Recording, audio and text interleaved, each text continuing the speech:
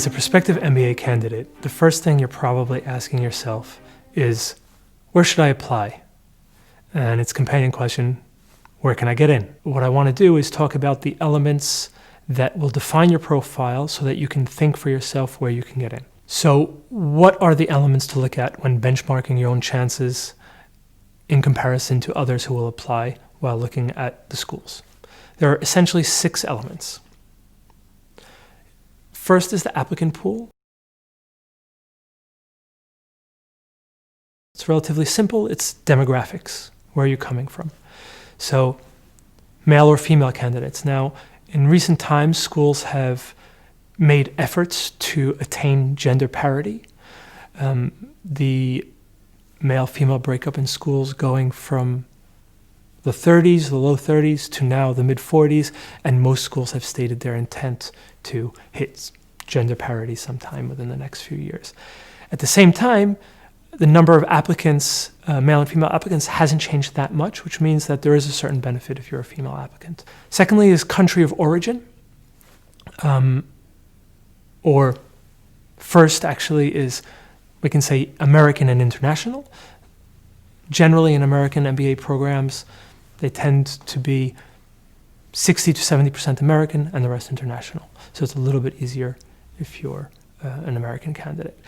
And under the international, country of origin matters. There are going to be much larger, much more competitive demographics, such as India and China, where there'll be a lot more people fighting for much fewer spaces. And there'll be other countries like Bulgaria, Burundi, where they don't see very many applicants, and this will be to your advantage. So this is the first thing to think about.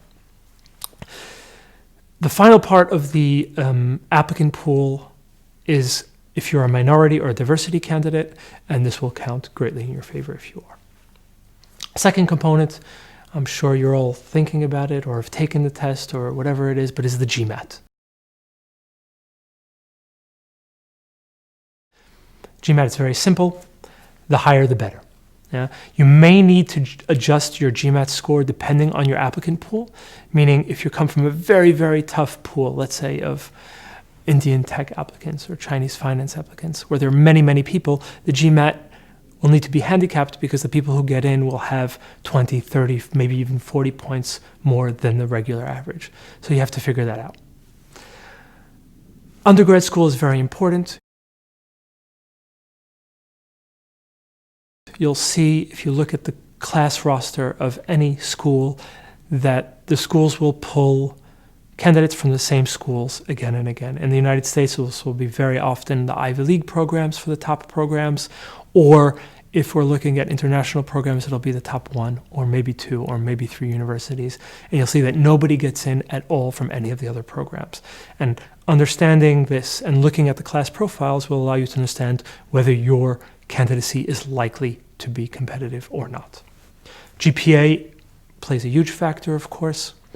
As an example, in most of the M7 schools, besides Harvard and Stanford, which are a little bit tougher, the middle 80% range is somewhere between 3.2 and 3.9. That means 10% are getting over, 10% are getting under. So if you have below 3.2 GPA, your chances of getting into a top program are going to be relatively low. Yeah? You can do yourself a favor by boosting the GMAT to much higher than the average. You can do yourself another favor by having a really good reason. Maybe you come from a troubled background, or maybe some terrible tragedy, God forbid, happened.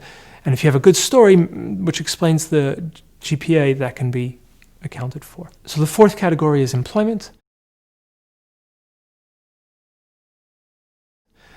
which will include your employer and your performance and where you come from and how much you've progressed. So it goes without saying that if you come from a feeder firm where the schools are consistently pulling candidates from and sending candidates to Morgan Stanley, McKinsey, Goldman Sachs, private equity firms, big tech firms, then you're at a certain advantage because you are a kind of known quality and a known candidate. It does not mean that you cannot get in from a startup or a family business or something else, but it means that there's that advantage and you should factor that in.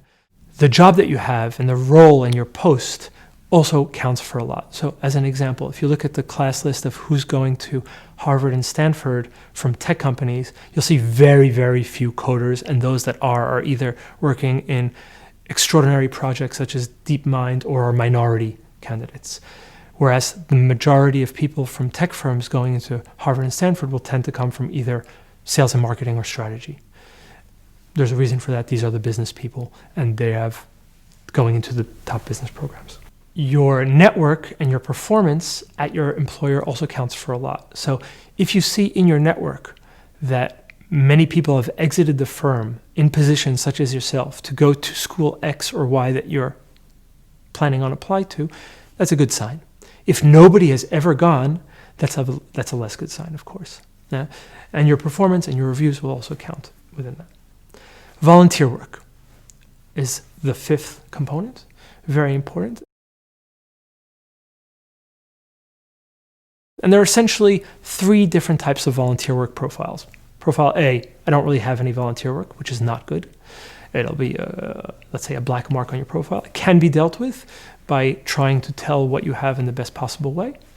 Second profile is, I have as much volunteer work as everybody else, which is, I've done one or two or three things and a few hours here and there, done some pro bono, whatever it is. And then you tell the story that you have and you've checked the box.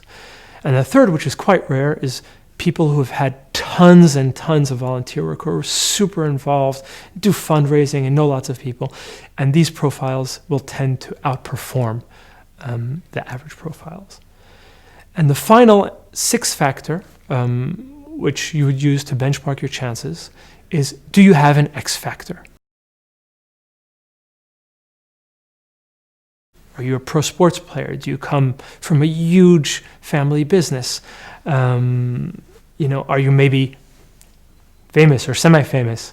And we're not talking about Instagram influencer here. Are you maybe a military applicant?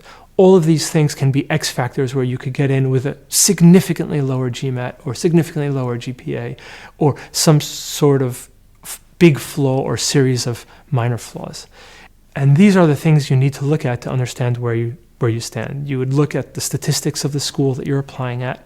You would look a little bit at the class list to the extent that you can find it on LinkedIn and from your knowledge of your personal network.